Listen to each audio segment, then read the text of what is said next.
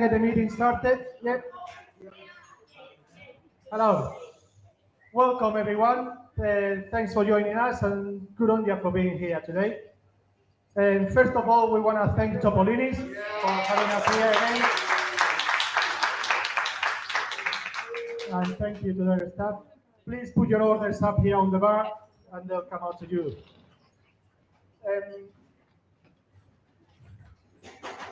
I will go quickly through the events coming up, because we got a few events coming up in the next couple of weeks. We do have regular events like the Umbrella People. The Umbrella People meet every morning at Governor's House at 8 a.m.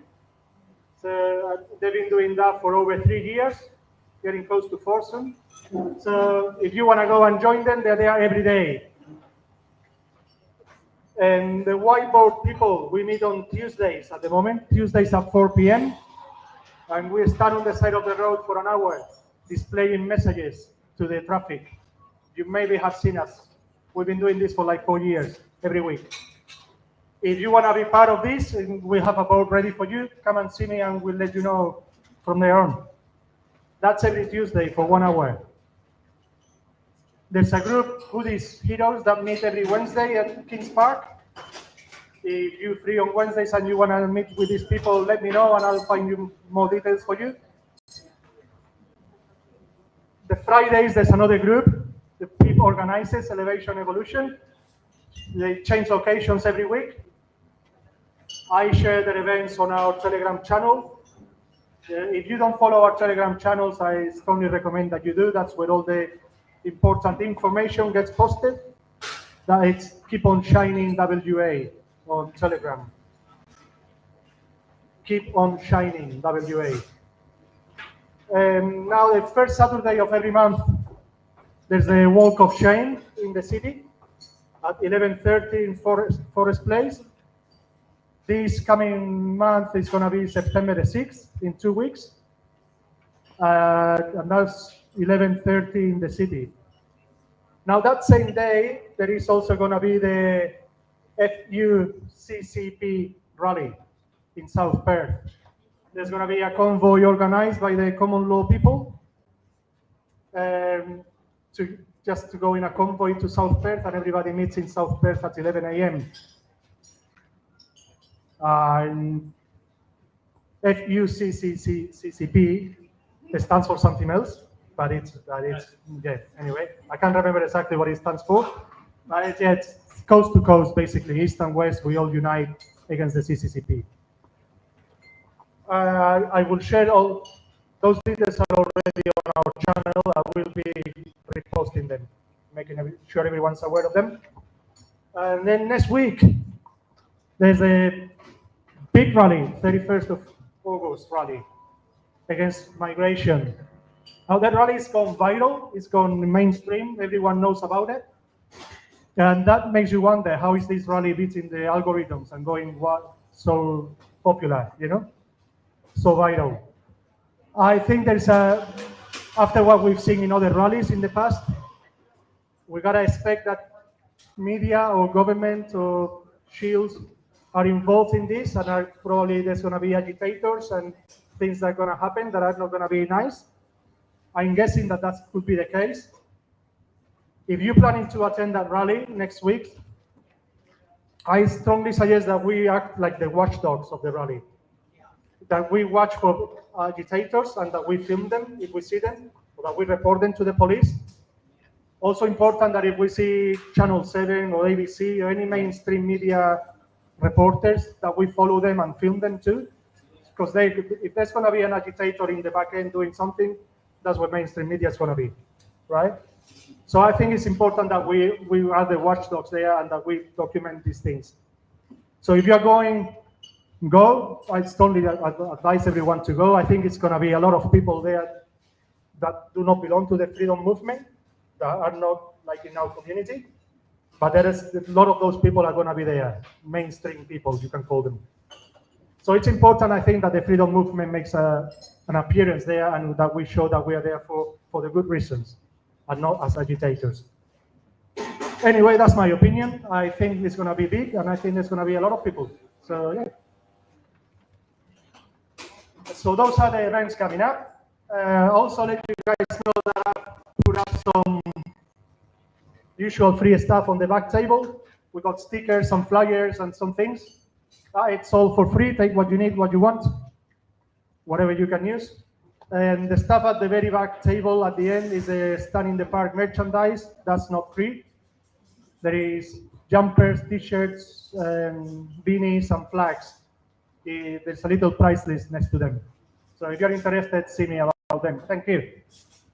Okay, now we're gonna bring up our first guest speaker for today. We're gonna have Jody Clune. Jody, please, welcome. I'm gonna bring here.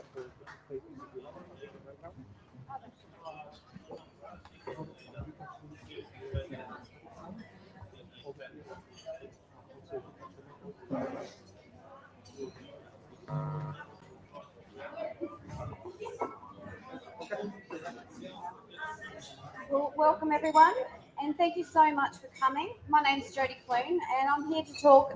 Thank you. Yes, not great with the mic. Need more practice, don't I, Pip?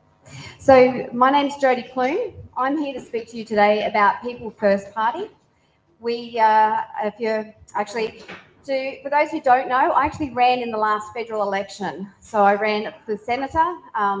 Obviously, it wasn't successful, but that was okay because we've certainly been able to make a bit of a difference. And we've been able to have conversations that we would never have been able to have. And I would like to say a big thank you to everyone who participated and supported us. It was really quite a ride.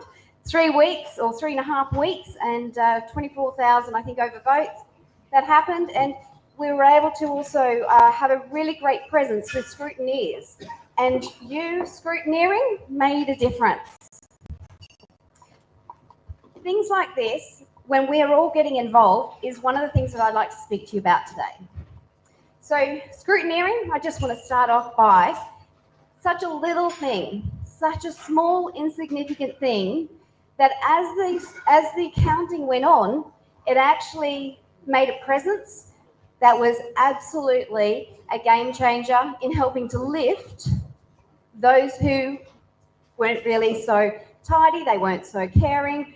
But when they saw you guys rocking up day after day, they started to make sure that they got their end of the bargain done properly. They made sure that they explained things, and they made sure that they were following rules, because they started out not really following the rules, as we know. So thank you so very, very much.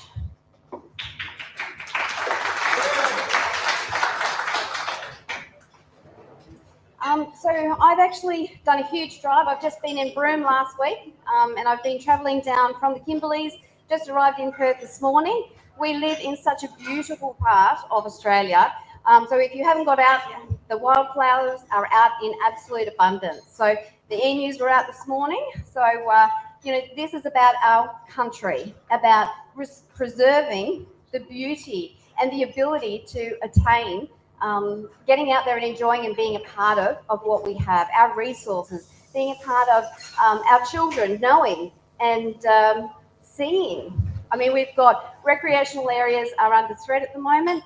And as I was driving through this morning, I just thought, what a shame that if our kids don't get to see this, don't get to be a part of it, then how are we ever going to teach them to respect? How are we ever going to teach them to take our environment seriously? So, just want to encourage you guys, get out there, enjoy this lovely land that we have. Okay, so where to from here? People First Party, we've stopped, we've listened, we've spoken to you from literally Broome right down to Augusta. We've had responses back, and it's been overwhelming for People First to continue here in WA. And for that, I'd like to say thank you, because this is not about me. This is not about the team. This isn't even about Jared Rennick. This is about you, your families, and our future generations. And this is currently under threat. You'll have to excuse me. I have made notes. We're a bit tired today, so I've got some notes today. So we are currently putting together infrastructure for WA to have branches all over the regions. We'll be setting up in different electorates from the top to the south. And being the biggest state in Australia, this is not any easy task. And this is where we've really appreciated those who have already stepped up. And today I will be asking if you resonate with what I'm saying today. If this is something that you're looking for, we would love to hear from you, not just as a member, but also too as a working member, as someone who's participating to create change for our future. The policies and the values of people first. I mean, when I was on the polls, I spoke about our tax policies to young families who are saying to me, how do we get a house? How do I provide for my family and to know that I'm going to be able to provide and have a home for our family to settle down? How do we have that security? I've had older gentlemen, older ladies, they've worked their whole life and now their superannuation is under attack. Why is that even begin to be fair? We've just had the economic, the round table, the economic round table forum that has happened 3 days this week from the Labor Party. I don't know if you've been following it, but if you head to treasury.gov.au, there's some really interesting reading. There's a few things apparently on why our country is suffering. One, we have an ageing population. How insulting is that? Have you not worked your whole life, paid your taxes, weren't you good girls and boys, put your superannuation away, and now they're going to be looking at taxing superannuation differently when they promised that it would only be 15% going in and 15% going out? Well, we know where the promises are coming from, the major parties. And don't kid, we all know, Labor, Liberal, they're all the same. And that's where we've had enough. Why is People First different? Because People First was born out of the Liberal Party getting up and walking away from centre, walking away from conservative Australians, walking away from what Jared Rennick was speaking about. And as I said before, when they walked out on him and they turned their back on him and he would speak the truth to an empty room, how insulting, because he's speaking on our behalf. So our government was turning their back on us, and that is quite frankly not good enough. So that's one of the reasons why I am standing here and thanking you and continuing to stand here and asking for your support, asking for your voice to continue what Jared Rennick has started. It is now up to us in Western Australia, and we have got every other state of Australia is following suit because people in Australia have had enough. Now, we've got minor parties, and I'm so proud that Jared Rennick is one of those with Michael O'Neill and a few of the other guys who are getting together and they are discussing bringing their forces and uniting. What that looks like, we've got 2.5 years to work out. But how good is it that they're having that conversation? Let's have a look at minor parties on the left. How did Labor get their votes? 34% of Australia voted for them, yet they've got majority government. Where have their votes come from? You know, a lot of people don't know that when you're voting for the Animal Justice Party, when you're voting for legalised cannabis, that you're voting for Labor. Now, they know that they will actually have smaller parties to add to their base. Our minor parties need to be thinking strategically and they need to be working together to bring that same mentality in, is building that strength. Our division needs to be done with, and our differences need to be honoured, and our similarities need to be united to stand up and say, enough is enough, it's time for Australia to be put first and foremost. Now, where is Australia's leadership putting their preferences? Why is it that Australians are suffering so much? As many of you know, the last 2 years I've actually been working with Australia Exits the WHO. I've been working with the Aligned Council, with NERA, which is National Electoral Representative Alignment, where we have been going and petitioning. We have been knocking on the doors of our MPs and our senators, saying enough, we don't want to have global entities that are going to be rising up and telling us how to live our life. We want Australia to be run by Australians who are putting the interest of us first. The 19th of July was the deadline for our Prime Minister to write us out and reject the World Health Organisation's international health regulation amendments. He did not. Come the 19th of September, they are going to be part of our legislation. Now, it's really frustrating when we've just had such an important amendment to go, and where is the debate? We've had our joint standing committee of treaties. Now, that committee should have been really debating it, but yet because we had an election, it was dissolved, returned on, I think it was the 28th of July. They just have picked it up and just kept going. Nothing to see here. We've got plenty of other things to worry about. So come the 19th of September, our lives are going to take a change. And I would like to share with you a campaign that the Aligned Council of Australia currently has. If you would like to go to their website, go to their resources, download a letter to our police. Because like last time, our frontline workers are the ones who have to administer this.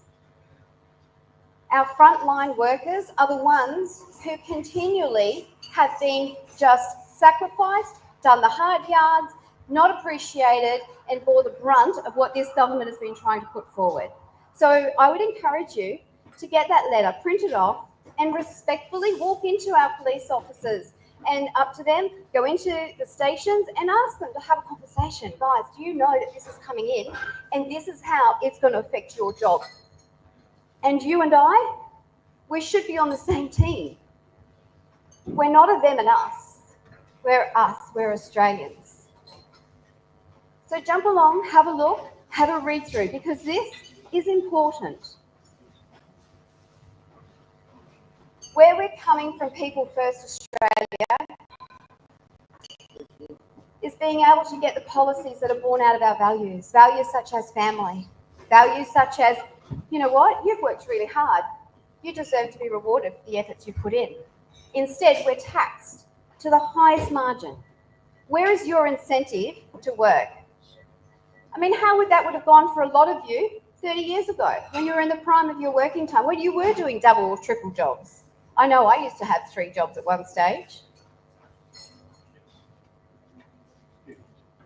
These young kids coming through, they don't have the same opportunities we did. They don't have the same incentives that we did. One of the things out of the Economic Roundtable has shown that our human capacity, our labour force, is actually declining. It's almost half what it was several years ago. And the reason why? Well, one of them is because they're not well educated. They don't have the skills. What a joke. Didn't we have a world-class education system? Evidently not anymore.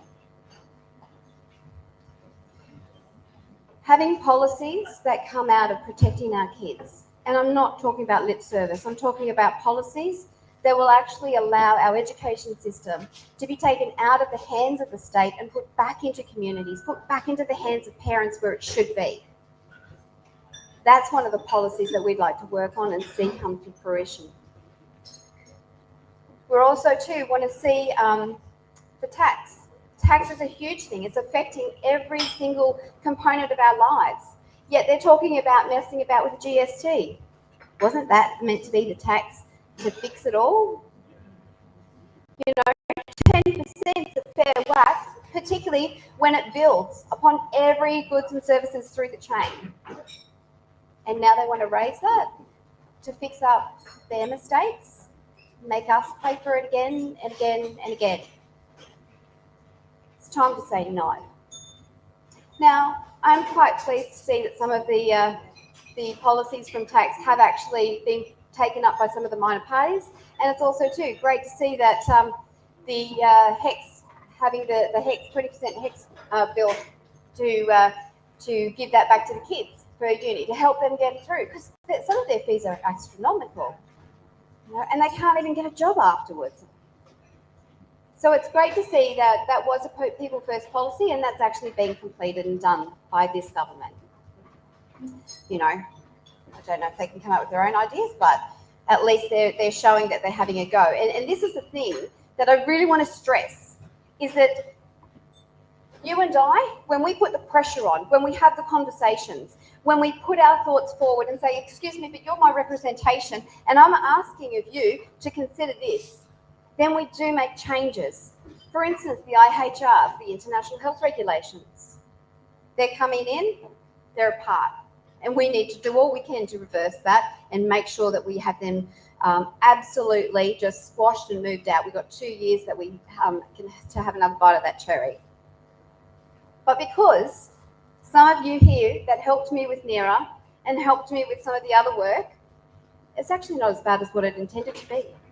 We were able to have some of the worst things taken out because we stood up as a community across Australia and we said no. So regaining our voice, having the strength and the courage to know that you're not alone, so that we can ensure that our voice is heard, because they will sweep us under the carpet if we give them a chance to. We've got council elections coming up, which is great to see that's going to be talked about today. This is really important. This year, Western Australia has seen state, federal and now local elections. Every single tier of government affects the way we live our life, affects what we can and cannot do. And the water table is low, extremely low, and it's showing. So if you know someone who is wanting to step up and run for council, encourage them, get behind them, because it's a tough job campaigning. It's a tough job trying to get out there. So put your support behind them if you can. Hey, if you want to come and run it, we've got 2.5 years to get ready for the next federal election, and then we've got the state backing up after that. So now is the time to start really thinking, how do we do this? Let's start getting the training going. Let's start getting equipped. Let's start educating the community into what voting means. How do you do a preferential vote? Because it makes a world of difference. The Australian education system is unfortunately declining. So sad. They can use all the excuses under the sun, but at the end of the day, our human capacity, economically speaking, is low. I don't know about you, but when I go out to the shops and I have one of these beautiful young people who serve and I hand them over cash, some of them don't even know how to hand me back the correct change. This isn't good enough. So let's take that back. Education needs to get back into the hands of community. It needs to get back into the hands of parents. The family needs to be strengthened. We have immigration is one of the biggest issues that is absolutely diverting resources, diverting our housing, diverting funds. We've got such a cost of living crisis still going on, but yet it's all going to be okay. We've got this. We have people who are couch surfing. Spoke to a woman a couple of weeks, a little while ago now. She's done everything she can. She's working a good job, but yet she just can't get ahead. When did that ever happen? I mean, I remember when we had my husband and I, we had our first flat. And it was a flat in the old sense. Remember, cardboard boxes with the drapes over. You know, it wasn't anything flash, but it was a fun start. And we had great memories. Our kids are just doing what they can, staying at home with mum and dad. Where is the incentive? How do we avoid becoming a socialist state? By putting independence back into community, into families, into individuals. And so that's one of the other policies that Jared Rennick with the People First is going to be attaining and pushing forward, is you get rewarded for your work. You get to have income tax splitting for families. Let's get that low income threshold and let's raise that. 18,200, Well, let's get it up to 45 and let's see what that does to low and middle income earners. Superannuation. Why is superannuation not voluntary? It needs to be voluntary because don't you work hard for your money and don't you know how to be able to invest that in for the future that you are designing for your family?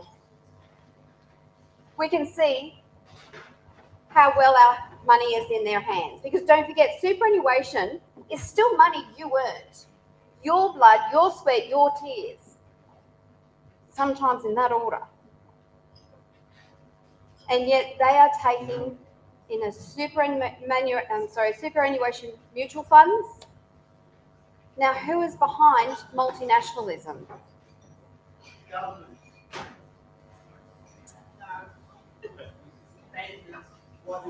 Vanguard, BlackRock. Don't they keep popping up? You do a search on any company. And what are they buying up? Our farmlands. What are they buying up? Our businesses. We need to be able to put that back in the proper perspective. We need multinationals to pay their fair share because they're not. We need to not stop giving them our money, start having it back at home and get it used in the right way to be able to help the prosperity of Australians and our country. We need our resources to be distributed properly and we need to be paid for those resources. At the moment, we've got real concerns because we've got our really big guys here and in WA it matters. We've got our BHP, we've got our Rio Tintos, we've got our big boys. Well, they're looking at possibly cutting the workforce here in WA or over Australia because we've got the highest energy costs in all of the jurisdictions. Now, why do we have an energy cost that's going through the roof? Because we're going renewable. A renewable energy that is going to take $70 billion to rewire Australia. That's what they have allocated. Not to mention the $20 billion that is going to be put into storage capacity. Had a really interesting conversation with Western Power a couple of weeks ago. Apparently, there's so much uneven electricity happening and being put through because we did the right thing. We have all got solar panels, but apparently, when they don't know when we have too much, they just have to dump that energy because they don't have the storage capacity. What a joke. Yet, we've got small businesses absolutely struggling. Their energy costs are going through the roof, doubling. I spoke to a fruit grower a couple of weeks ago. They are now paying $4,000, I think it was a month, for their storage cool room. It's unsustainable. Small business need help. They are the backbone, well, they were the backbone of this country. They are the ones who employ our kids, who give them the leg up to help the kids have that understanding and that real life experience. We need to have small business supported. We need to identify that energy is not, this agenda that they have is not realistic. Renewable energy, they don't have the technology. They are bringing in multinational companies from overseas and they are completely starting from scratch. They're putting gag orders on our farmers. So one farmer can't talk to the other farmer, but yet they will go into the farmers and say, hey, your neighbour has signed up. Be a good one for you too. And then once they've read the fine print and it's all done and dusted and they need to decommission, the reality sets in.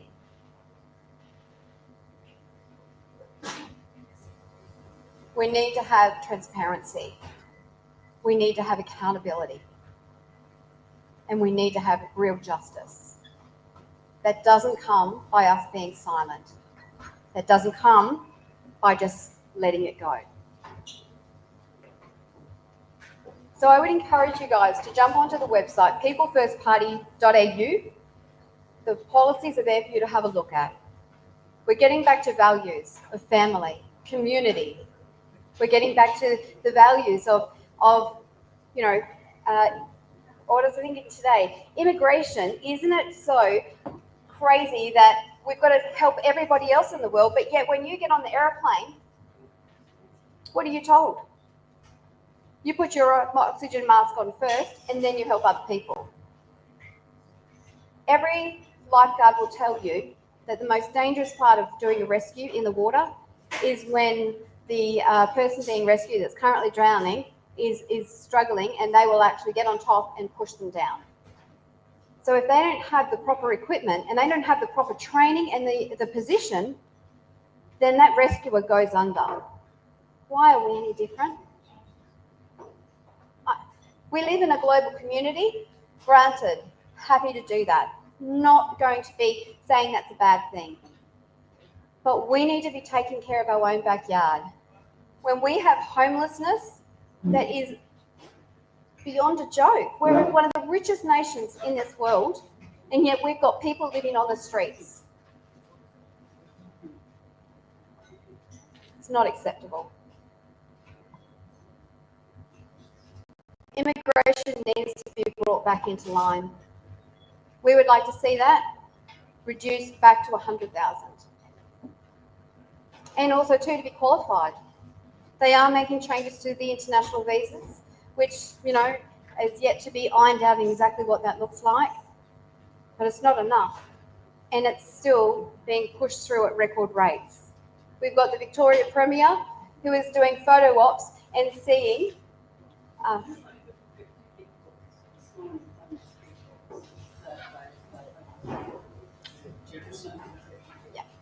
and yet the Victorian Premier is giving keys over to a fresh immigrant. You know, like bless her, she deserves a home as well, but that is not appropriate. Our jobs, where are our skilled workers? Because let's talk about skilled workers.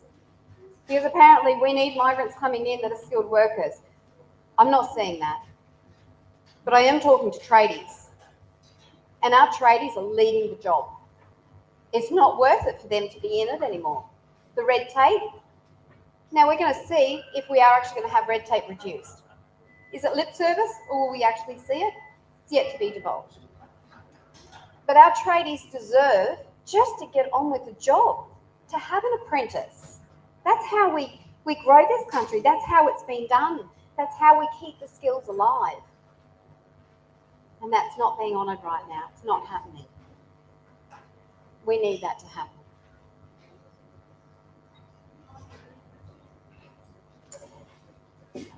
So I hope that's been able to tick off a few of those elements, help to see what and why this is important. It's just not another party. At the end of the day, we don't need any more politicians. As you can tell, I am not a scrubbed up politician, but I am a businesswoman. I have had a team of 7. It was my business that I sold. I've had 2 children who are now adults. I've bought homes. I've sold homes. I've gained and I've lost. And what is being put before us is not on offer at all. It's just not appropriate.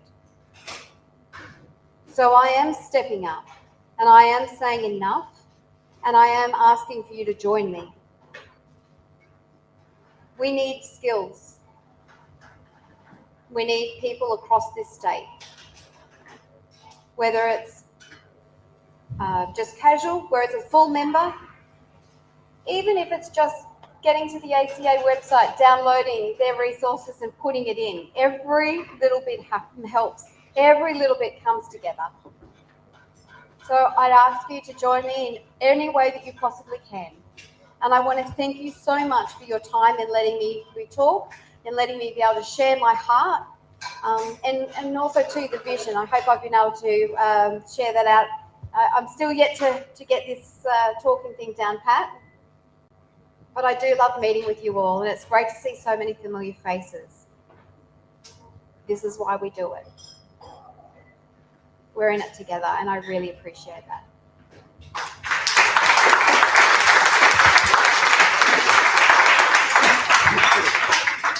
Thank you very much, Jody.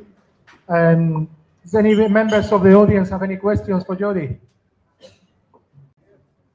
Yeah, please ask.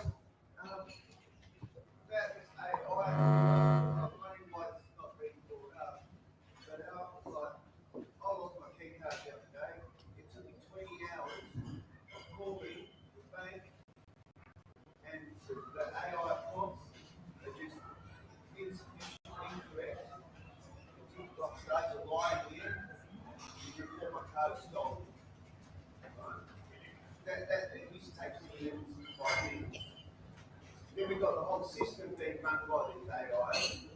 And also in China, they've got like massive production of robots ready to come everyone looking at Elon Musk, while there's like China's got like all these robots ready to go. Boards of them. And also, what about the UAP? What about the I've seen UFOs and they took off from here. They're not from outer space. There's a false flag operation going on, right? And we all know about false flag operations. And I've seen these take off from Darwin and it landed right where I was. And then had no motives. It looked like it was from some other planet, but it was ours. So what's the question? Sorry, man. Why has it been done in secret and why do we know nothing about this when it's out when it's coming from Earth? Apparently there's some alien attack so why are we not talking about this? Interesting question. Got a couple of things going on there. AI is definitely something that we need to be watching. It's a tool, and if you are using AI, I would definitely encourage you to make sure that you check it. Don't take it as gospel that that's truth. But AI is running everything now.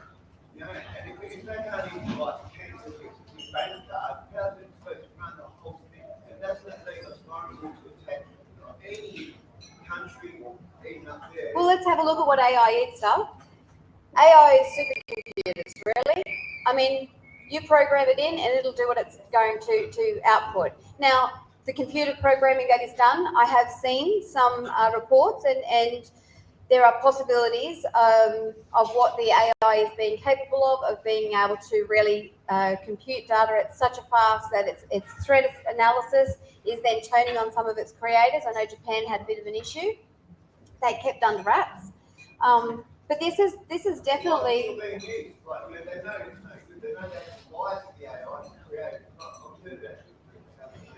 But I think what we need to remember right now is if we focus on that and just leave right here and focus on that, we're going to be done. We're already done. I mean, when we're looking at your bank situation, the banking sector actually had a conference, I think it was last week, and one of the things that they actually spoke about was the labour force. And they're actually going to be replacing and looking at ways that they can replace the labour force with AI. You know, they're looking at anything with pen and paper, fills out a form. It's going to be replaced with AI. Hence the reason why we need to be getting small business back in to help build those skills back up. Because if we allow it, it's going to happen. If we stand united, we can push things back. If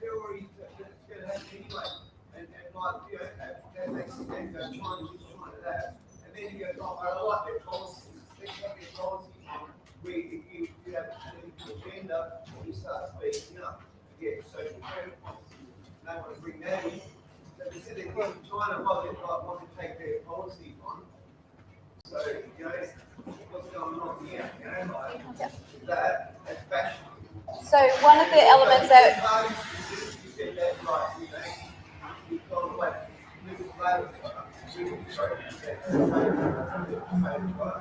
well, you're still voting for it. Why are you preferential votes to vote to two parties? It's a sham. How is it a Prime Minister preordained before the voting people done? You know, and even with that telecom system being sold by private hands, that was done illegally offshore, which Prince Charles made on the voting in first on this one river. yeah. And so maritime calls. Yeah. Look, I'm happy to be able to have a chat with you at a later date, but today I want to really keep it on to here. And what you're saying, though, is really the guts of what we're all here for, is because it's not about... Why is the privilege of votes going to Labor, people all Labor? Why can't there be a totally independent party that has real voting, where we have real honest voting, where we go up there to vote for? Because at the end of the day, we sat on our rear ends and we let it happen. Because we handed over our governance, no doubt. This is where I see what you're saying, and there's a lot in it. But at the end of the day, it's not until we stand up and it's not until we come together and say enough and actually take back our governance, take back our country, and we don't need to be doing it with whatever's going on in it. We need to be keeping it peaceful, and we need to be doing it in every way we can. We've got common law people who are doing things. We've got constitutional ways in there. But at the end of the day, I hear what you're saying, but we need to start somewhere. Okay? We can only do what we can do. We've got to start now. I just wanted to ask what you posed or was to do with basic amenities. I think that we should take, like, say, water, gas, electricity out of private.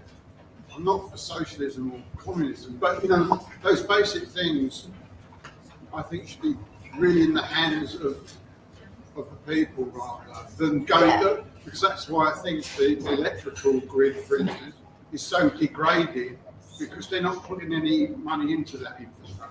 Really, really interesting point and a great question, because this is something that I have had a few conversations with, and also too I've spoken to Jared Rennick on this as well, and we are both of the same standing, which is another reason why I work with him, because your resources, the electricity grid, your water, it is for our services. I mean, isn't that what the Constitution was all about? Protecting things for us? It's basic rights of water, being able to travel. We've already paid for the roads, and yet we're having the tolls and our roads being sold off for privatisation. So what people first would like to do is get them back into the hands of the people. And at the end of the day, people first is standing up and saying, a government is there to manage on behalf of the people. That's where the change needs to come back in. Because when the people are back in control, then that's when we can actually have a true, free and fair society. Sorry, just one other thing was, I was listening to Topher Field, and he was talking about how the electric companies are saying about putting batteries for your house. And he was explaining basically it's all a bit of a squeeze. It's to counteract the fact that they're not putting any money into the infrastructure. What does the party actually sort of feel towards that as well? So, and when it comes to energy, that needs to be brought under control, and it needs to be brought under control quickly. We need to hold on to where resources are abundantly in, and that is coal. We've got iron ore. We've got gas. This is a part of our resources, and we need to have that infrastructure. Have a look at South Australia. They let their infrastructure go. They went totally renewable, and then to the point where they blew up their coal plants. And then they had huge blackouts. They had huge issues and huge costs. $70 billion the government has put aside to rewire Australia.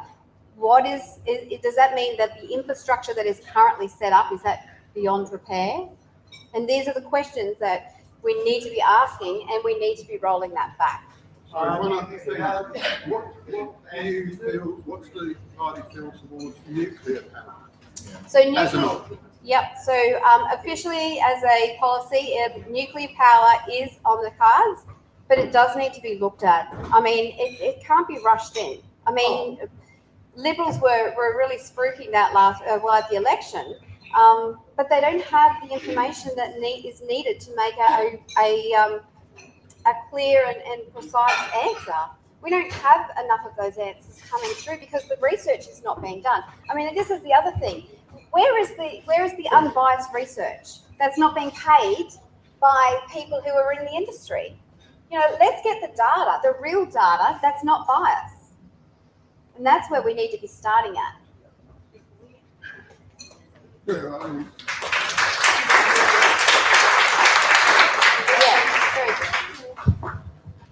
Is there any more questions? Anyone else? Yeah. Sharon?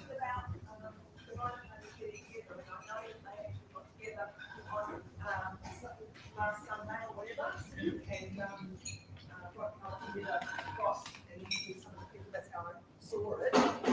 So will you be advising us what's going on with the parties together? You're saying we need minor parties to group together and we need to work as a community. That's what we're trying to do. So will we get some updates on how that's progressing? You're saying we've got 2.5 years to make some changes, so we want to participate and help.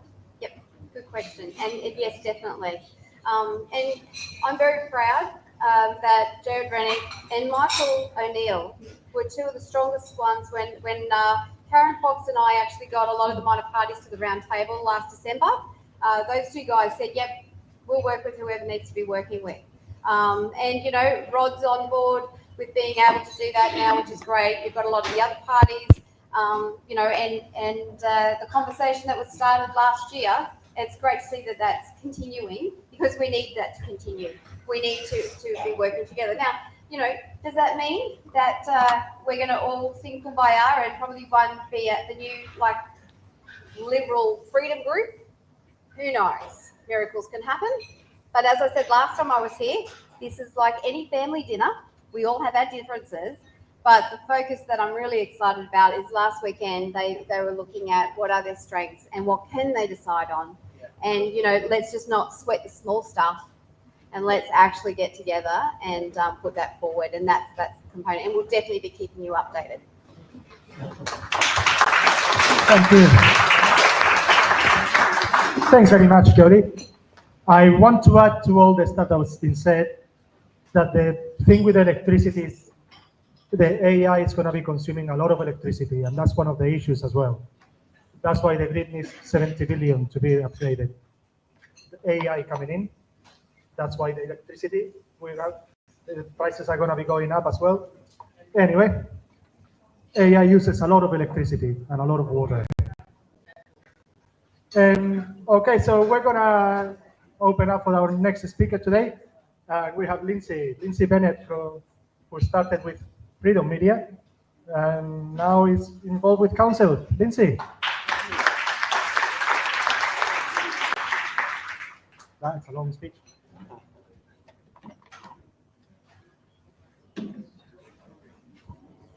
Okay, page 1.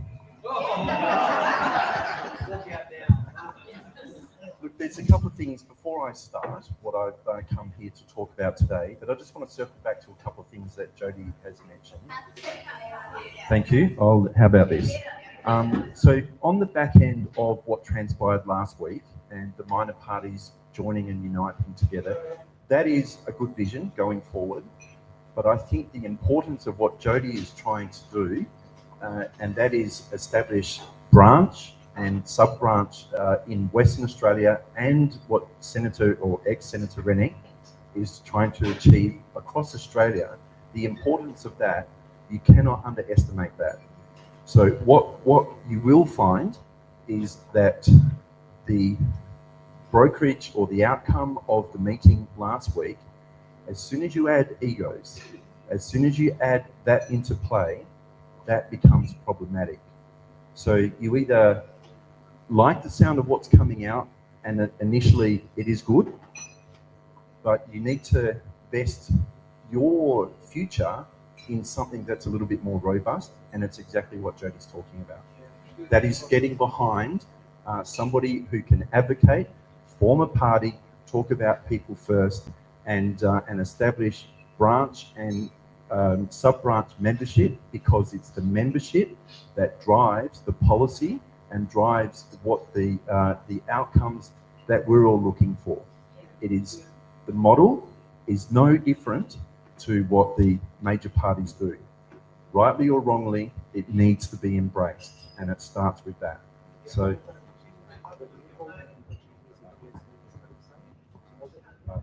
okay, there we go. You would think mics are pain in the ass, I tell you, all the time with streams and things like that. So I think it's, it's very good. I also have had, a number of conversations with Senator Rennick, certainly before, back in November last year. I wasn't in a position to be able to do more because I was doing massive renovations on my home. But I certainly was aware of what he was doing, what he was looking to doing in Western Australia, and certainly the work that Jody has done post-election. We know coming into campaigns, coming into any election time, we suddenly hear from everybody, 3 months out, 6 weeks out, 8 weeks out. The model has to change. Get behind, something that advocate that Jody's talking about. I will just say a couple of things that I also just want to touch on. I challenge the concept with the police that it is that they are one and the same. Unfortunately, Western Australia has become a police state, very much a police state, and I saw that at the very beginning, at the outset back in 2019, and I've seen things change. And I have the experience and background, something that I rarely disclose, but I was a West Australian police officer for 14 and a half years. I finished up as a prosecuting sergeant. I know the law, I know how the police operate, and I know how the tactics. And the start of COVID was something that did not sit right with me. So the current serving police officers have a choice. They either follow the instructions and serve what Parliament is talking to, what's guiding them, or they make a stance, as everyone did and was asked to do when the mandates were introduced. I challenge it on that respect. It is, and you only need to look at recently with the absolute shambolic debacle with the firearm legislation. Wherever you stand on the firearm legislation, the fact is that it will not stop there. It's coming after civil liberties and rights and things like that. And one of the most disturbing parts in that is the Henry VIII clause that has been introduced into the regulations. Now, if you're not familiar what that is, in simple terms, the minister and through the lower house, passing up to the upper house, have ratified a clause in there that allows the minister to implement at his own discretion regulations under the Act. So you have the Act, the Firearms Act, and then you have the regulations. Now the Act, both have been through Parliament, but with the Henry VIII clause, it gives the minister the ability to make changes without any government oversight at all. That is the police minister. And it goes one step further. With the firearms regulations, it's now been introduced that the minister has delegated the authority to the Commissioner of Police. The Commissioner of Police can now introduce whatever he likes under the regulations. He's then telling his police officers to go out and execute. I'll give you an example. 3 months ago, they changed the requirements of the firearm cabinet security. You are looking at, on average, about $2,000 to have a firearm cabinet compliant with the regulations. First off, they came after high-powered firearms. Now they're coming after everything. And you can go down the rabbit hole as to why you think that's occurring, but at the end of the day, it's not democracy. And it is not the will of the people being exercised. And that is very important. And the question is, as I've said, is where will it stop? Now, about 4 weeks ago, the police minister, the police commissioner, using the Henry VIII clause, has now upped the ante of the firearm cabinets. And now you're talking about $3,500 to $5,000 to buy a basic cabinet to comply storage of firearms. So you have all these people that had to go out and buy a cabinet 3 months ago. That's now redundant, and now they have to comply with this. And if they don't comply, their firearm license will be revoked. That is them and us. That is a police state. So I think we need to be cautious in that. by all means, it's a difficult job that the police have, but they all have decisions to make in relation to that. That's what I want to just say there. I also just want to say what Pilo is saying as well for the rally next week. I think it's important that, and we know the propaganda machine of mainstream media and how they can jump onto things and turn things around, to really understand, you know, perhaps another version of how the 31st rally came about. And I would say exercise caution. And I would say this, that the initial thing is Sam Bradford. Does anybody know Sam? Okay. He runs a TikTok podcast called When Two Worlds Collide. Jump onto TikTok if you use that technology and have a listen to what he's saying. He's an ex-Australian Army vet. He's served his country. He's fought in a number of campaigns in Afghanistan, defending and representing Australia because his government asked him to do that. He's seen his mates die for the Australian flag. When he saw the vision of what happened when on the march on the Sydney Harbour Bridge and saw the Australian flag being burnt, he came out and said, we need to have a rally where people can feel proud to display the Australian flag. It has since been ambushed. There is many different narratives that are now taken over it as to what it's going. And I'd say this, it's now kind of like a pause immigration and anti-immigration. It's the wrong message from where it actually started. We shouldn't fear immigration, but it needs to be in proportion. And multiculturalism is something that we've been conditioned to accept. But that's a whole different story. Then you had, on the back of Sam Bradford, you had a National Liberal MP in Queensland introduce a bill, because can you believe in the Constitution there's no act across Australia that makes it an offence to burn the Australian flag? We don't have that. That's why they can get away with this. So on the back of Sam Bradford coming out saying, march proudly with the Australian flag, and that's it. It doesn't matter if you're brown, white, black, where you come from. If you want to carry the flag, the Australian flag, then do so in unity. That's unity. So Phil Thompson, MP in Queensland, National Liberal Party, introduced a motion through the Senate about 2 weeks ago to make it an offence to burn the flag. I mean, who would vote for that? You know, I think, you know, the whole history and tradition, not only have I served in the West Australian Police, I've also served in the Australian Defence Force, and I did so for a number of years. That flag means something, and that flag is something that people should be proud of. So I just want to sort of just touch on, there is many narratives out there, and perhaps just spend a little bit of time. I really would suggest jumping onto Two Worlds Collide on TikTok and have a listen to Sam. You will not hear a person that is more patriotic than him for his country. So, so there we go. So anyway, Pilo, when he contacted me a couple of, 4 weeks, there's the odd 4 weeks ago talking about that he heard that I was running for local council. And that, in fact, was the case. And as Jody has also said, the low watermark, I mean, the baseline is very low. And the starting point is something that, and people say with local government that it's not really a political issue. And those that have followed the work that I've done over the past, 5 years, through the Freedom Media platform, will know that I commentate on the state of political affairs. It's been an interest. It's not really been something that I've wanted to get involved in until recently, I guess. And you look at the system is broken, which Jody touched on.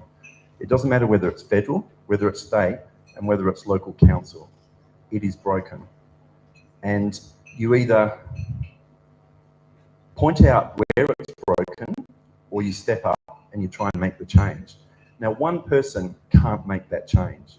2 people can't, 3 people can't, 4 people can't.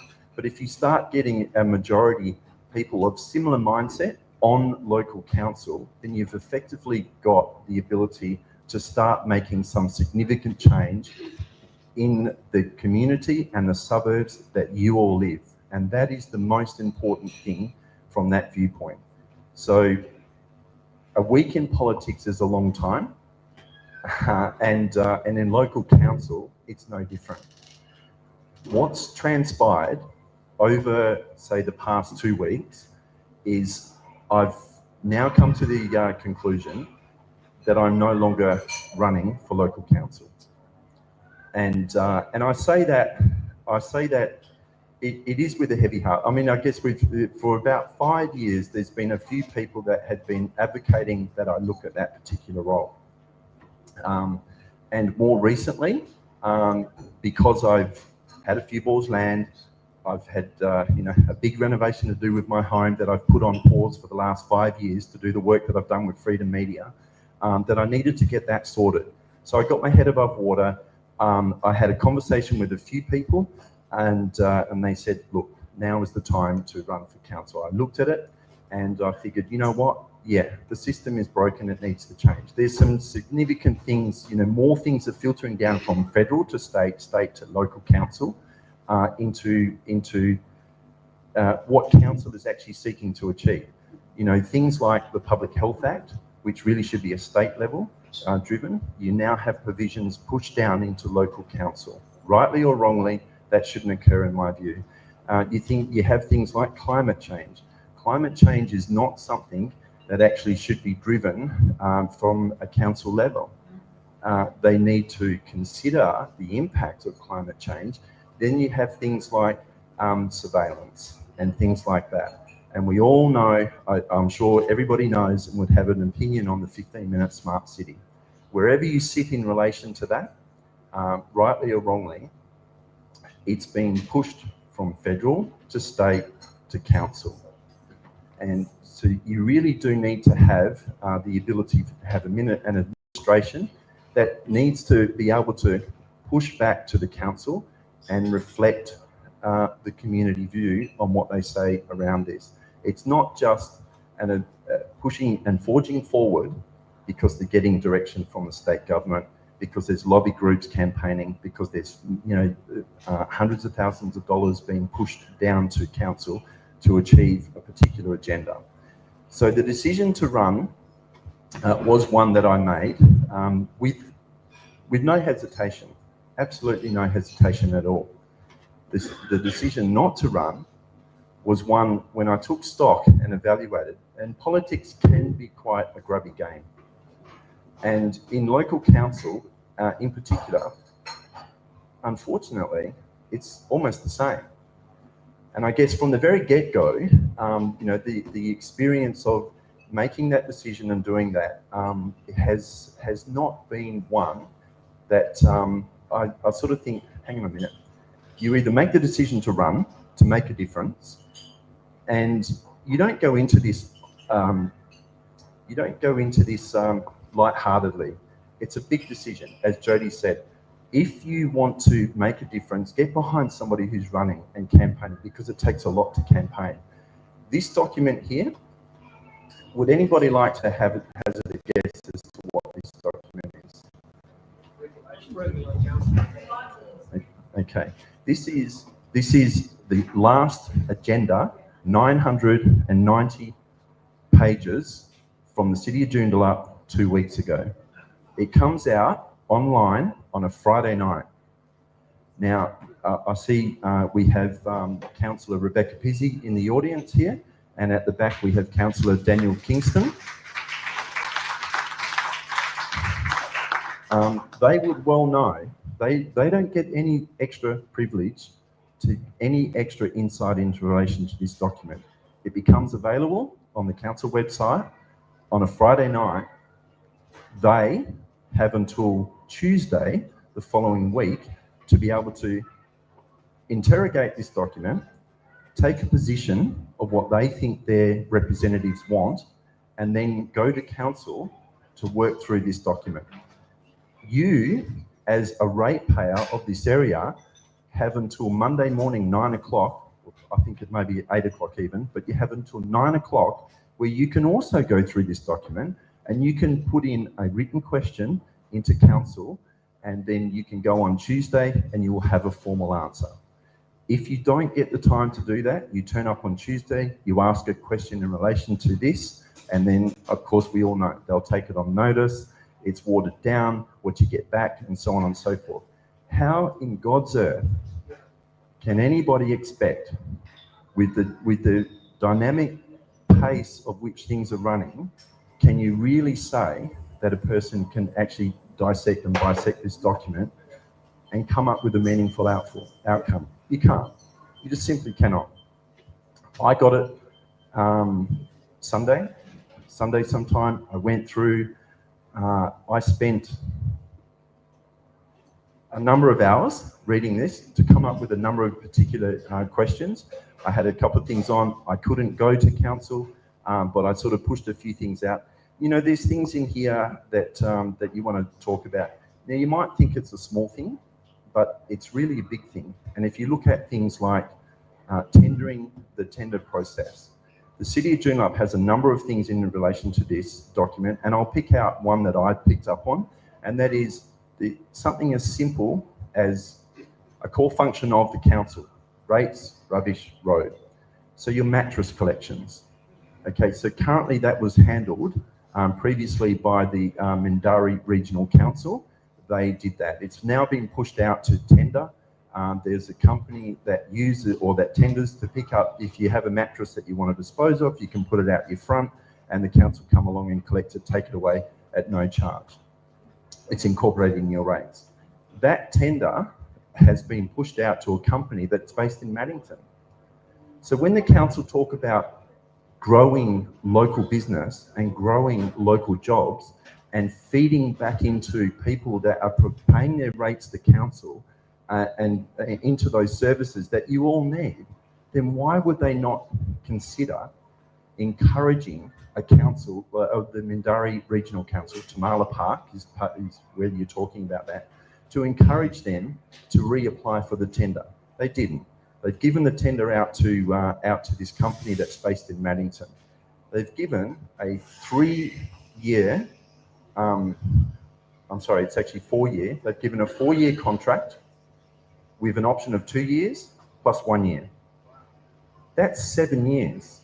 That is 7 years that a local business or any other local business that may be able to come up with a viable business model to deliver the services to ratepayers within your community that are locked out from the ability of being able to do business and to provide a service to the council. It really is, you know, I look at that and I kind of think, hang on a minute, how can they say that the council is currently for growing and developing jobs, yet when you look at all the tender processes, it's at least 5 to 7 years. It's madness. I mean, you would be talking about even a term, a parliamentarian, you're talking about the CEO. The CEO tenure position is 5 years. MPs, federal and state, don't get a 5-year term, but we have these people, CEOs, who are the administration arm of council and a very powerful mechanism that is definitely at arm's length to the community and the ratepayers. And you can see that, and you can look at that with any council throughout Western Australia. City of Joondalup is no different. What you have is, there is, in my observation, there's a massive disconnect between councillors, the mayor, and the CEO.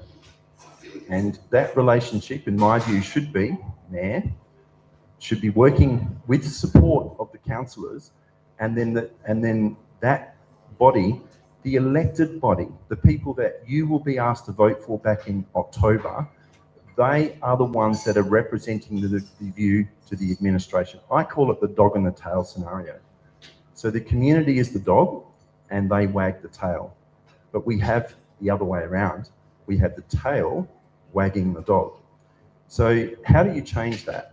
Well, I did think running for council was one particular pathway. And I think, why have I changed? Okay. In order to campaign, local council, and when people say it's not political, but it very much is. Who would like to have a stab in the dark and just, what do you think it would, to run an effective campaign, what do you think it would cost to run a campaign for councillor? And Rebecca and Daniel, you are excluded from putting your hand up in relation to this. That's, yeah. So I think 7 to 10 would get a very good campaign, and 15 grand would be an effective campaign, particularly if your profile may not be as forward-facing in the community. I mean, I say I've lived in this area, you know, for over 25 years. In fact, I've been a ratepayer in this community. When I first went away to Defence College, I bought my first home in Craigie, and I had that, you know, all that time. So this area I know, and I've been involved in a number of things, but yeah, you know, 12, 10, 15, it's not small change. Now, you can either get public donations for that, or you fund it yourself. I made the decision in putting my hand up to fund the campaign myself. And I'm more than prepared to do that because I believe in what I stand for. But when you're talking about, now, I never wanted to run. In this instance, I was looking for the North Central Ward, and that happens to be the current incumbent is sitting at the back of the room, Councillor Daniel Kingston, and Daniel is also looking or seeking to run for mayor, but he's also up for councillor. Now, I never wanted to run and go head to head and unseat a person like Daniel because I've been observing anybody can jump on, watch live stream and see what's transpiring. And in the 4 years that Daniel has been in council, he's been a very good advocate, you know, for his ward. There's no question with that. So it was never a question of running head to head for Daniel in relation to that. It was, okay, he's looking to run to mayor. I will backfill that position if I'm successful, because I think that I could have delivered, you know, what I think the community would understand. But I guess when you put your head above the parapet, you're going to take rounds. Now, when those rounds are friendly fire, you have to take stock. Okay, you just have to take stock. And it wouldn't be a question of putting my hat in the ring, being prepared to spend that money for, it's not a popularity contest, and I'm not doing it for notoriety. But it was very clear from the outset that Daniel Kingston would not support me running in his ward, because if he's unsuccessful for mayor, then he would be running as councillor and he would lose his seat. Now, I think that outcome, it would be a tragic outcome, because I think Daniel is a person that you need to have on council.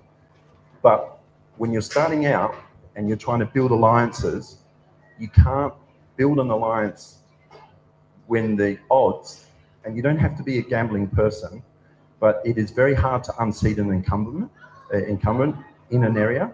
And when that person doesn't support you running in that area, then that is the reason why I've now withdrawn. And it's unfortunate. And I guess there's a couple of other things that there's quite a few nuances that should go in and out or around this particular issue. And I just, you know, and I say this, I come here today to say this regardless. And I'm not, there's nothing that I won't say that I wouldn't say whether Daniel was sitting here or not. Now, if you look at one particular thing, you might take it as a big thing or a small thing. But if I was to reach down and extend my hand, what would you do? Okay. Anybody know the origins of that? Exactly. Okay, so it goes back thousands of years. And anybody like me that's had military exposure and things like that, it's no different to the salute. The salute is showing you that when you salute and your hand is up here, that it's empty-handed, you have no weapons. It dates back to the early days in Greece in history. Extending the hand was showing a potential adversary, I should say, thank you, that you have no weapons. The shaking of the hands, the actual clasping of the hands, is confirmation that you cannot draw a dagger, a pistol, back in those days. Now, I went to a meeting about 3 weeks ago. At the end of that meeting, I made an approach to Daniel and I extended my hand. He turned his back and walked away. I then asked for if we could engage in a dialogue and get a conversation right then and there. And so you can just hear in relation to this. I can only tell you how it was in particular. That unfortunately is what happened. I reached out to then ask them, and firstly, and you hear the person that's speaking up there is Daniel's mum. Daniel's mum came up to me at a meeting, a community meeting about 3 weeks ago, and she started to tell me what I can and can't say, what I can and can't campaign on, and what I can, and that I cannot use my media platform to push out the message, because at that point I was running head to head with Daniel. So on that basis, I'm not going to get into, because it was never, as I said from the very beginning, I did not want to run head to head with Daniel. I do not want to unseat him as councillor, because I think he's done a tremendous job, and I think that he can do a tremendous job going forward. So where does that leave things? Okay, because you can hear this intention. So I'm giving my support, which is something else that came up. It was brought to my attention that that a particular person is going to run for mayor, and that simply wasn't the case. About 2 weeks ago, a week ago, that actually is now the case. And that person is Russell Polivka, who's sitting here in the crowd. And Russell is also an ex-councillor from the city of Joondalup. He sat on the council for some 8 years. When you look at the history, so Mayor Jacob is stepping down, okay? Now you have, and that's, and one of the things, you know, that I went to a meeting yesterday, and one of the things that you hear, and if you watch anything online, if you're familiar with what's happened to the city of Nedlands, for example, okay, the whole council has been dissolved, and Hannah Beasley, Kim Beasley's daughter, for those that didn't know, has stepped in and taken control of the city, of the Nedlands Council. It's an extremely toxic environment. Anybody that's been to council or watched online at the city of Joondalup will see that Mayor Jacob is very aggressive towards people wanting to ask questions. And if you were to ask publicly Councillor Pizzey, Councillor Kingston, they would be very limited as to what they can say, because the state government, this is where the influences come in, has introduced a legislation that they can go after them for breaching a standard because they brought the council into disrepute if they speak against them. So it's very hard in that sense. What does that mean? It means that you need to get people of a similar mindset to be able to, if you were to replace the mayor with somebody of similar ilk to Jacob, you need the numbers to be able to get through to him. Now, will you achieve that or not? So you're looking at the mayoral race is this, and I've known Russell for probably 7 years, around about that time. I followed his work when he was a councillor, but also through business dealings and things like that. Russell has been an integral part of the city of Joondalup for, geez, I don't know, 1990, 92, around about then, when Joondalup was really just, you know, it was just the back end of the suburb, really, you know, back then. So, so contrary to the rumours that occurred 3 weeks ago, in the last week, Russell has made the decision. I still want to plug in, and I still want to get behind somebody, and I think my credibility, I guess, and what I'm talking about, when I've made an assessment and I run the ruler over, and I'll tell things warts and all. Those that followed what I did with the state election, you know, I'll ask the questions, and I've asked the questions of MPs, whether it be right or whether it be wrong. And you had, who's also presented here, you had now MP Rod Caddies, who has threatened 3 times to sue me for defamation, because I asked him about one of his number 3 on the ticket who had a pro-immigration policy, who had a plethora of social media posts talking about that Australians are lazy, we need to bring in more Indian immigrants into Australia, send them to regional areas, and they will do the jobs that lazy Australians won't do. Now, that's contrary to the policy of One Nation. One Nation are talking about pausing immigration. But when I asked Rod Caddies this, he denied it. The next day, they overnight removed every single post that his number 3 candidate had on his social media page talking about that particular issue. Why do I mention this? Well, because then Rod Caddies denied it even further, but I had the receipts. And I started doing the post and saying, how do you explain this? So I'll ask the questions either way, even though I've been, and those that have followed the platform, I've done a number of streams here in this venue with Pauline Hanson, and I'm an absolute fan, particularly of One Nation. I think what she's done, you know, over the time, but I'm not a member of One Nation, but I do advocate and I like to push out the message that she had. My message was never an attack against Rod Caddies. I was simply saying, if you're offering people accountability, if you're offering people transparency, it has to start with that. And when you deny something that was there and you try to cover it up, your credibility's gone. So I've done my appraisal. I'm getting behind Russell Polifka for the Council of Met. Yesterday, I attended a meeting, a candidate speed date, and for some people, it's perhaps the first date that they've had. And you know, that happened at a community centre yesterday. And one of the things, and this isn't an attack, one of the things, it's an observation that Councillor Daniels said, the City of Joondalup, if those are familiar with the history, the City of Joondalup had promised since 1992 to build a town square. And that will bring in the services like a cultural arts centre, a business hub and things like that. There's a couple of things, and the observation was that the infrastructure is simply not there, and if it was to be pushed forward and brought in, and on that basis, the ratepayers would be left with potentially left with, you know, $2-3 million deficit going forward to pay for something like that.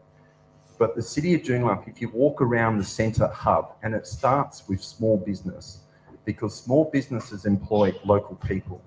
And it comes back to the tendering process, and it comes back to all of these things. There's so many pressures that are on a small business at the moment, and some of those have been discussed with energy.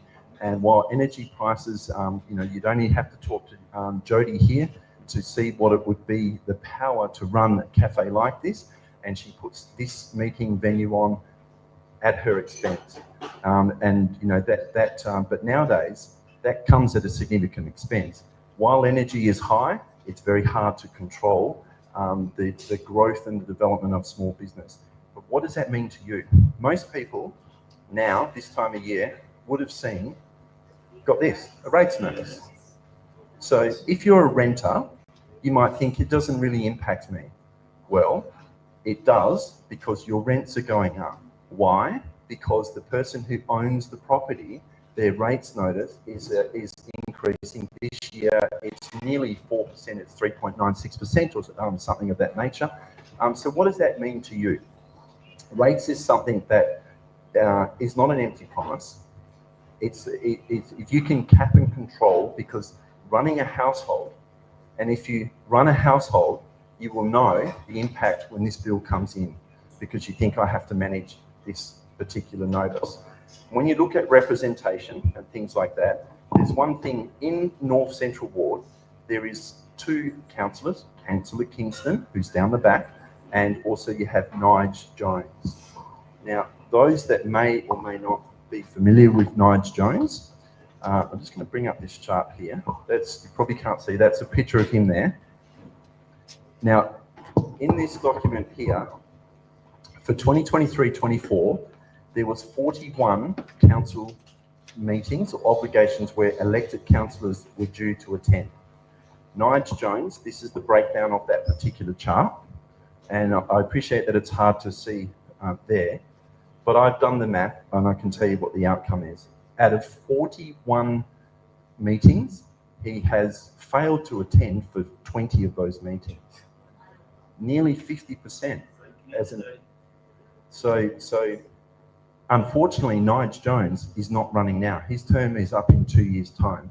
Daniel Kingston's running now, and he either needs to retain his seat as councillor or hopefully win the mayoral candidate. So that is where it's at. I think in terms of mayor, it's a position that needs to be considered. It needs, as Jody's mentioned, she's run businesses. She has the experience. She's managed staff. And those that manage staff, and Jody will also say this as well, payroll tax is an absolute nightmare.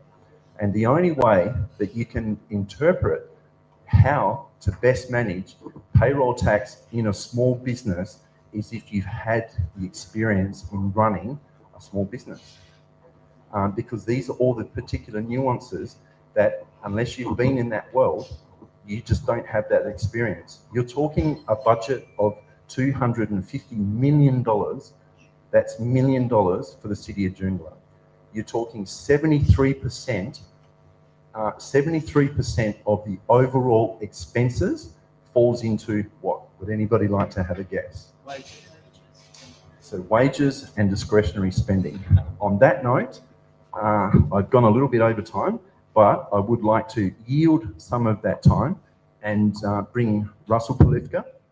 And I would ask you to ask him the questions about his vision for what he thinks he can do on two things. Number one, cap rates and how he seeks to achieve that. And number two, expand on the vision that the city of Joondalup needs in terms of a city hub. Russell.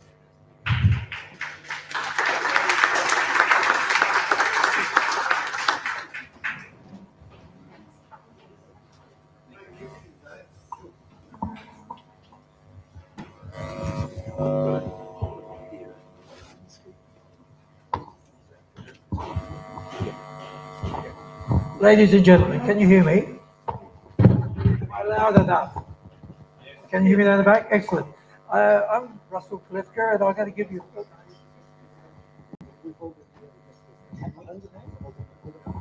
Why do you mind? That's a good point. We'll have no votes. No votes. Okay. I'm on box at the back. Okay. I'm going to give you a bit of a bio about myself.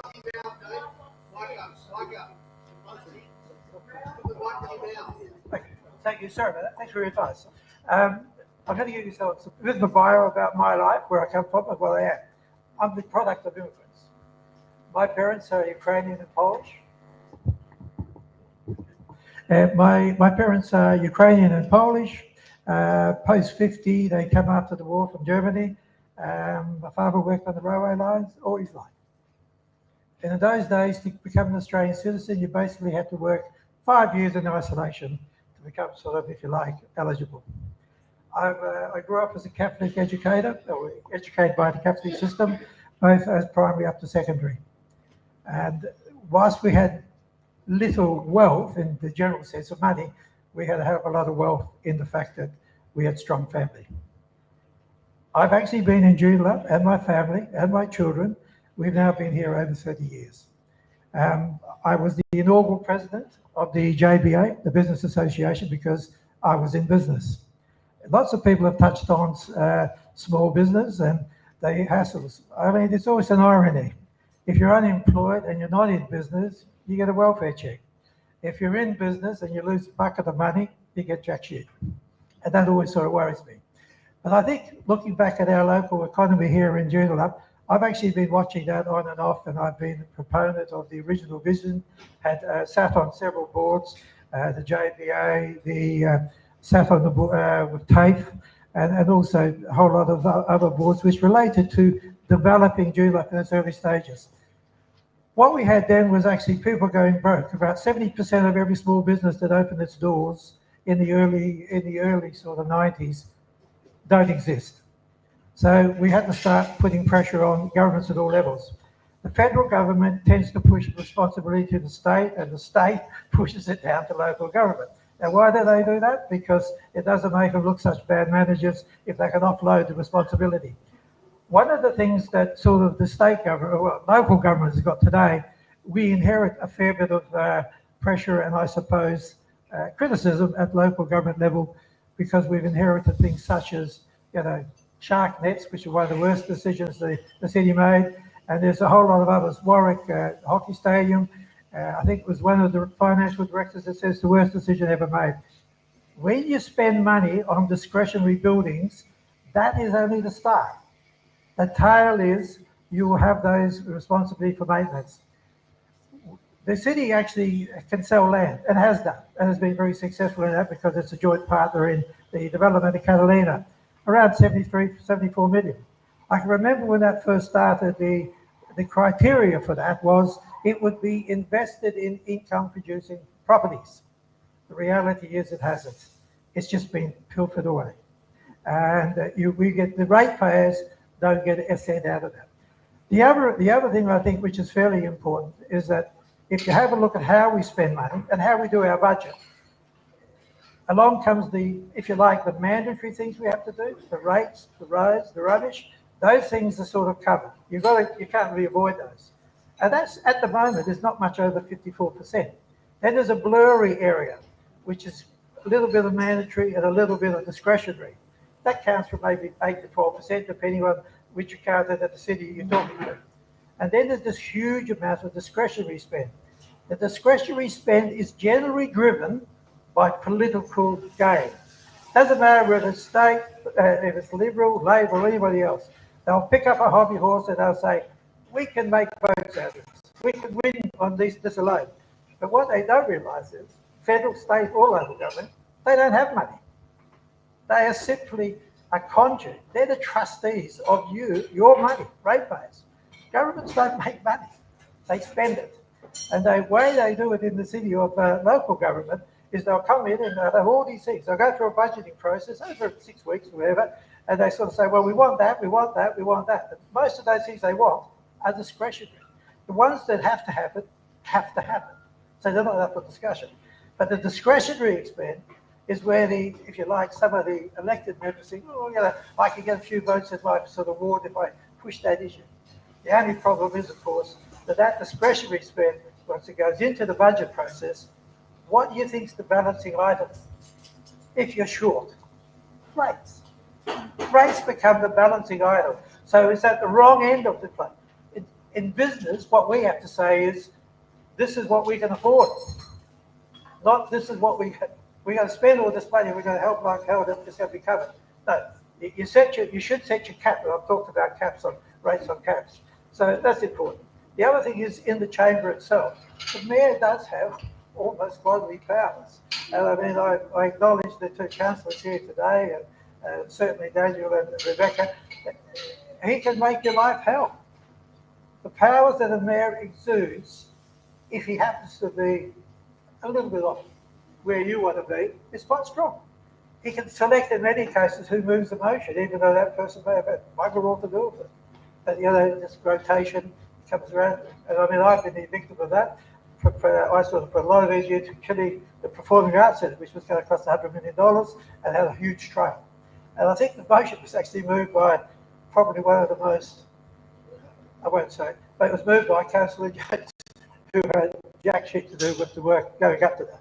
But there were some real good councillors. But 8 years I was on there, and I can tell you one thing. If you've got 7 Liberals or Liberal associates or sycophants, you've got no chance. You need 7 out of 13 to move and succeed. So you can have the best case to do or not do something, and you would just be squashed by basically a clique. People who are members of Liberal Party, still today, there's very few councils anywhere in the state today that are actually Liberal. There's a handful. Judah happens to be one. Pasadena will be Labor, blah, blah. So there's a strong influence of these politicians in local government. What you need to do is actually have independence. I'm 100% independent, never been a member of any party, and I'm happy to say that. I had a background first of all, I started in the public service, and I rose from the very basis to assistant secretary. About as high as you can go for a little wonk boy from Brunswick Junction who couldn't speak English until he was 7 or 8. But what I learned there was that some of the ministers I worked for did not know what they were reading. So the system was there to help them.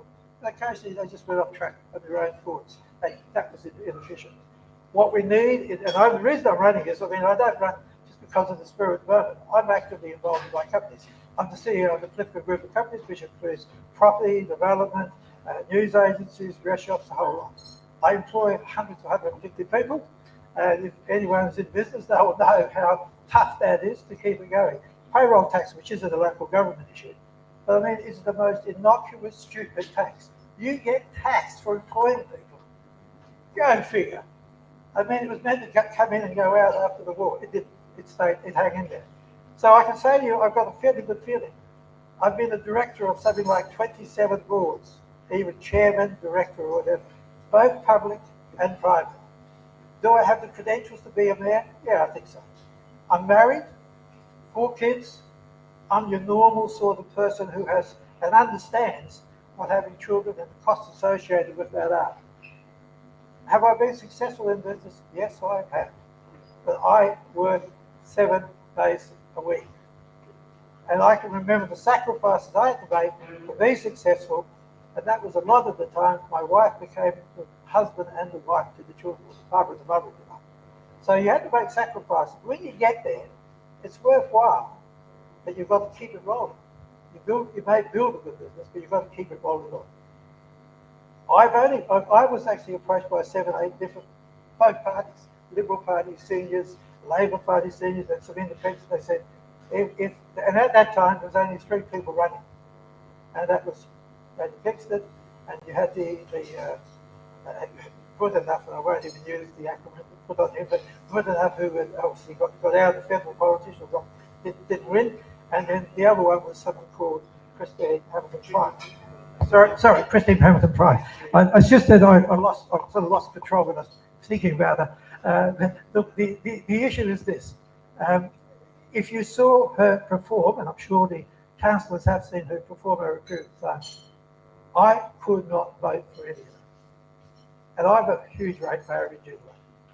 I've come from a strong business background, been on the TAFE board as a governor, and all of those things which you do in community, but they cost time. You get nothing for nothing.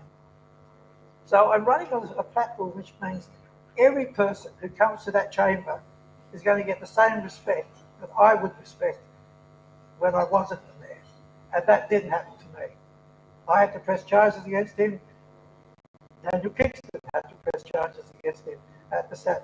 And that's simply because it wasn't a kosher environment.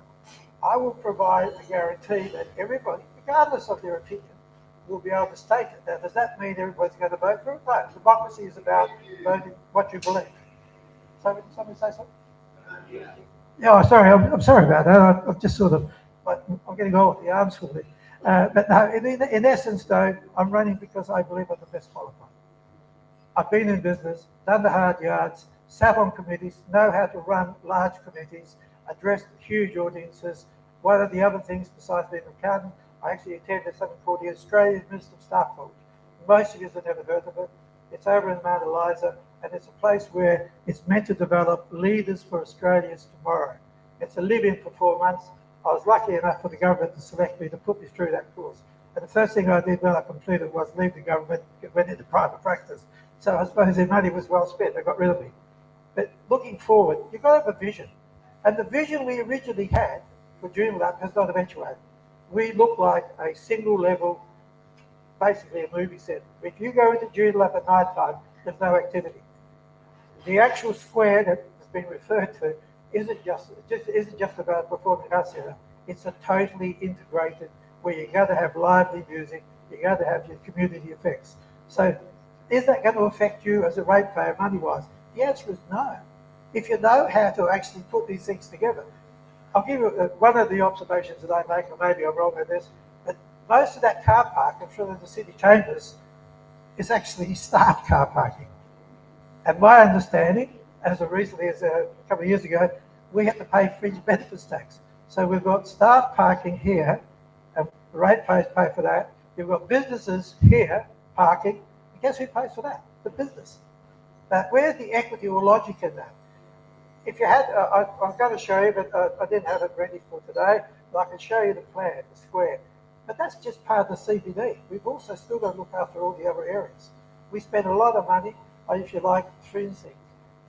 When I came up here first, Joondalup was promoted as the second city centre in WA. That dream has gone. If you look up the coast, there is actually commercial areas bigger than ourselves. We've got some fantastic infrastructure, the railway line, fantastic, and you've also got, if you like, I think a lot of money being spent on the freeway, etc. That freeway now has gone past us. At one stage, the dream of being a global city and the second city in WA was, the rhetoric. That rhetoric doesn't hold today. And from my perspective, rates can be capped, but you can't keep spending an open checkbook. So discretionary spending has to be brought in. The actual amount of staff we've got, and the staff will say to us quite openly, if you want to reduce the staff costs, tell us what services you don't want. Well, it's not just about removing services, it's about being efficient. Before I left, I had a motion passed, and I believe Daniel supported it, and that was that we would have an independent investigation of the administration costs. This year, the employment costs are going to be around 80 million. $80 million. Over 700 employees. To run when you look at what you're getting in rates, that's a huge percentage of your rate base. So you've got to be sensible about it. And I can remember the second year I was on council, one of the councillors says, you know what's wrong with this council? There are too many accountants. There were 3 of us. I can tell you what we need right now is people with financial doubts. People who can actually read those. Some people look at they look at the balance sheet and wouldn't know what it was. They wouldn't know what our asset value was. And we're in the billions. So you need to have people who've got that and the vision. And we have to build something that everybody shares it equally. One of the expressions which I like, one of the ex-mayors used to use, you've got to share the love. It's no good just giving the projects to the loud lobbyists. You've actually got to have a look at the total picture and what anyone that's a ratepayer in that city gets an even chance to use. Some of the facilities we've got are excellent. I mean, parks, I think we're at the top end. So, cut me on the shoulder before I shut down. So if there's anything like, okay. I'm going to stop so that you guys can actually verbally have a crack. Okay, so thank you very much. Okay, so I guess I'll hand over to Pilo. I'm sure he'll probably ask a few questions. I'm just going to say this. So currently, as it stands now, just very quickly, you have the ex-federal member for Joondalup being not so good enough, who's running for mayor. And now he's already done a massive campaign drop individually using Australia Post. If you just want to do a little bit of research, you're going to find that putting a flyer on its own into your letterbox is costing around 40 cents a flyer. So add that up, 60,000 flyers. Ian Goodenough is going to spend north of $80,000 on his campaign running for mayor. So he ex-Liberal Party, whether that's a right or a wrong thing, he didn't win pre-selection. You can go through Parliament. There is many examples of Ian Goodenough. He would fall asleep in Parliament. He has a bigger record falling asleep than Clive Palmer when he was in federal Parliament, plenty of times. Christine Hamilton Prime, a current councillor who's been sitting on the Joondalup Council, a young Liberal. She's been there for a number of years. Now, I'm not going to say that she's ineffective. You can go back through the video log and have a look at some of the things that she does. She is backed by the Liberal Party. Make no mistake about it. The Liberal Party will spend whatever they can to retain City of Joondalup within the Liberal Party. They're going to spend north of $60,000, $70,000 also for her campaign. And if it comes down to it, using the diversity pick, and I mean that with the greatest respect in terms of female, it will come into play and they will be prepared to throw more money at it. Russell Polifka, who you just heard of, he's putting into his own back pocket. I've just given you an example of what the 2 other mayoral candidates are going to use. That's coming out of his pocket. So he's not asking for donations, he's asking for your support. What can you do? I'd encourage you, grab your phone, look up Facebook, Russell for Mayor, give him a like, so that as what he's looking to do campaign over the next couple of weeks comes out, you can be up to date with his. Daniel Kingston also running for Mayor. He also will be pulling the money out of his own back pocket. I'm not going to have a guess of that. You can do the numbers yourself to see. You're not talking small change. And you're talking, but there is a difference. You're talking about hard-earned readies out of your back pocket to put your money where your mouth is, or donations to run a campaign. So on that note, thank you. Is there any questions to Russell or to Lyndsay from the audience? Questions, please. No statements. Questions?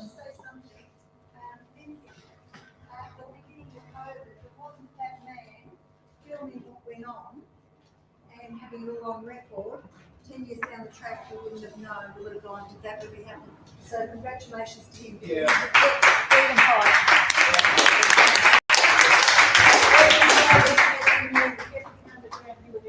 thank you for that. And that's, but I also want to say this, and she might not like the attention either. Rebecca Pizzey, at the very beginning, there was a group of about 12 nurses at Parliament House before things really started kicking off, who was advocating there, rain, hail or shine. We got soaked how many times, Rebecca? You know, there, and I remember, and it's captured there, it's captured with the police kettling nurses and nurses holding babies on their hips and things like that. So Rebecca Pizzey was there. It should never be underestimated what she's also done as well. More questions, anyone? I'd like to know what I've asked this question before with the UAP, right? Said that we're just going on with the military and secret military. Obviously, not every military knows that. I think that's not the topic on here today. Maybe you can ask that another further time. Another question? Okay, then you talk about homelessness, you talk about like individual jobs to immigration. What about the robots? So, with the greatest respect, we try to keep the agenda to local government. What you're saying, we all hear, we've all got opinions, but as I think, as the previous speaker said, she's pretty well answered your questions. There is not a definitive answer, but we're certainly happy to look and talk to you after the meeting. If there's any other people who want to question. I accept. I heard what you said. I heard what you said. Thank you very much. Is there any other questions? Yes. Speak up, Ralph. Why do we need discretionary spending? Because politicians love it, but also, don't get me wrong, there is some discretionary spending. If you remember back, I'm sure you do at your age, there used to be the Roads Board. That's what it was called, the Roads Board. That was our local councils. And what you had there was they looked after the roads, and they looked after the rates, and that was about it. Rates, roads, and rubbish. But that's changed, and local government over the years has evolved into being far more influential. Local government isn't in itself a government, it's actually a subset of the local government department. That's how it gets to the legitimacy. Sorry, that's how it gets to the legitimacy. I appreciate that. Yep. I disagree, sorry, that you're so great to be freedom fighter, because as a fellow protester, you didn't help me out with footage from the Holiday Inn when security harassed you. I got $400,000 for disorderly conduct for taking on with the security, and your attitude was, oh, well, you can just download it yourself. I was made homeless because of COVID. I had a crappy laptop. You got a media company, and you're saying that you can help with protests and that. Why didn't you provide me the footage for court? Well, I didn't know you, sir. I can hardly help some people, so I don't know.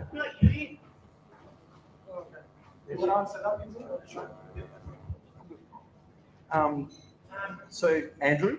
Yes. Okay. You were charged for threatening Mark McGowan? That never made it to the trial. That was dropped. Okay. So the answer to that is yes. And none of you media companies want to interview me and talk about that either. No, that's not the case. That's not the case. So I was more than happy to do that. But it makes it very hard when you're charged for threatening Mark McGowan at the beginning of COVID, because there needs to be the right message that goes out. And I cannot support your position publicly when you're released on bail from the Rockingham police station and you walk out and you start unloading on a bin. Because all of a sudden you're advocating saying, I wasn't threatening Mark McGowan, but your demeanour having been released. So, Andrew, I've made the decision not to stream your conduct when I went down to cover that issue. You remember kicking off the bin? So, but either way, Andrew, that I'm not saying you can. My record and what I've done in terms of fighting and advocating for freedom, as you said, is out there for any person to judge and see. You don't agree with it, and that's fine. You're entitled to that opinion. Any other questions? Jacqueline, sorry, who's got the question? Can you hear me? Can you hear me? Yes. Yes, thank you. One of the things that I have a problem with. Can you speak up? Sorry, I can't hear now. It's not Mike. You have to go up.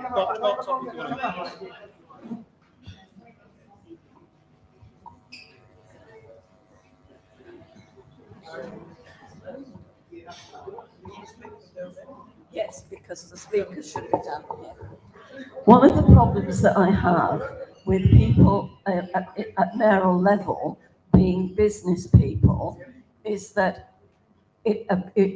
what we have seen, and you spoke about it earlier, is jobs for the boys. If we don't have the transparency to see who is getting, when something's being put up, the mattress situation, when people are putting forward their things, it's actually knowing that those business people like yourself are still doing the best for the ratepayers and not giving jobs to their mates. I'm not saying you are, I'm saying that is the problem when you have, and I agree with you, I actually think that in order to be in a position of mayor, you ought to have qualifications. You need to be having, this is a really serious position and it shouldn't be somebody that's going into it for their ego.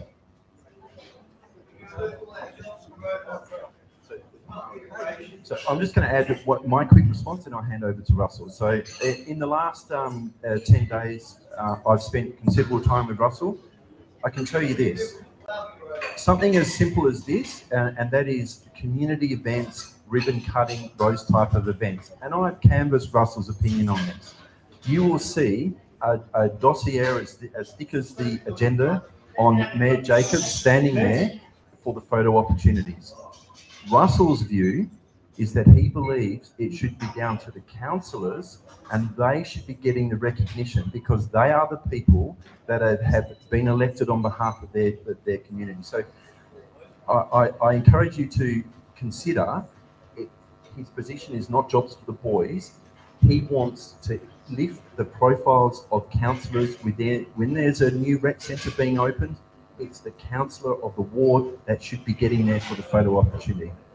I don't think Russell will tell you that. You talked about jobs for the boys. I don't know anyone that I'd be promoting to council. I seriously don't. Just for the record, I know we've got to close.